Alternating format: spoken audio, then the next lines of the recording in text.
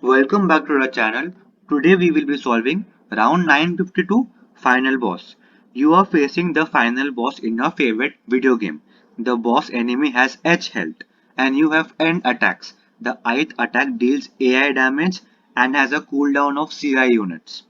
You can use all of your possible attacks all at once. And if all of your attacks are on cooldown, you do nothing for the turn and skip to the next turn. Okay, you need to print how many minimum amount of turns you will require to beat your boss. Now this is a very standard priority queue question. Okay, so here a an attack has two parameters, damage and cooldown. So this is how our queue will be compared. First of all, an attack having higher damage will be preferred more. Okay, big because that attack with higher damage has more chances of putting the boss's health to less than 0. And if I have two attacks of same power, but this has cooldown of 1 second, whether this has cooldown of 2 seconds, so I will choose the attack having less cooldown time. So our priority queue will be sorted as follows.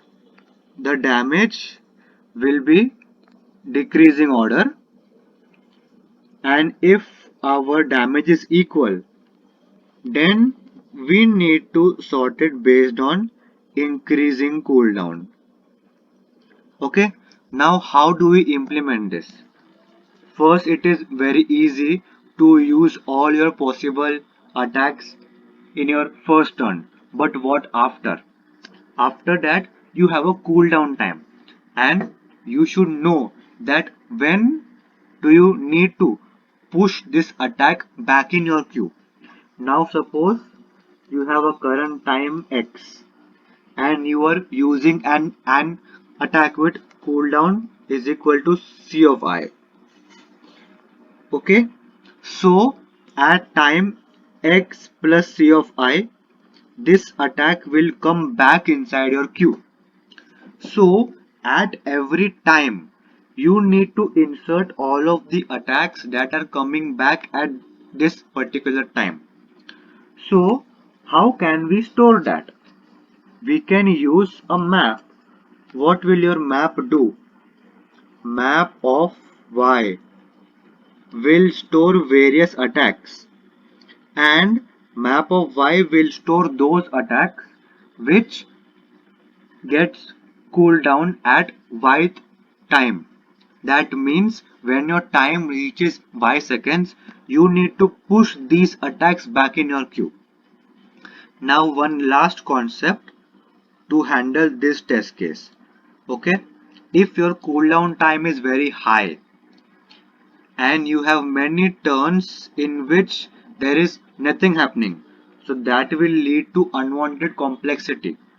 So if your queue size is currently 0, okay, and your map is having something at X moment, which means you can perform your next operation at the X moment. So I will directly put my time is equal to X and continue, because in this test case my time is first 1. After that my time will become directly 2 lakh and 1. So I will have to skip all the operations between 1 and 2 lakh to improve my time complexity. Okay, now I'll show you how do we implement this. This is the comparator for priority queue. If my damage is not equal, I will return descending order on damage, else ascending order on cooldown. Okay, now this is the map that stores that on this time limit I need to add these many attacks back into my queue, and this is my priority queue. First of all, I push all of the attacks into my priority queue. Okay, now this is the main loop.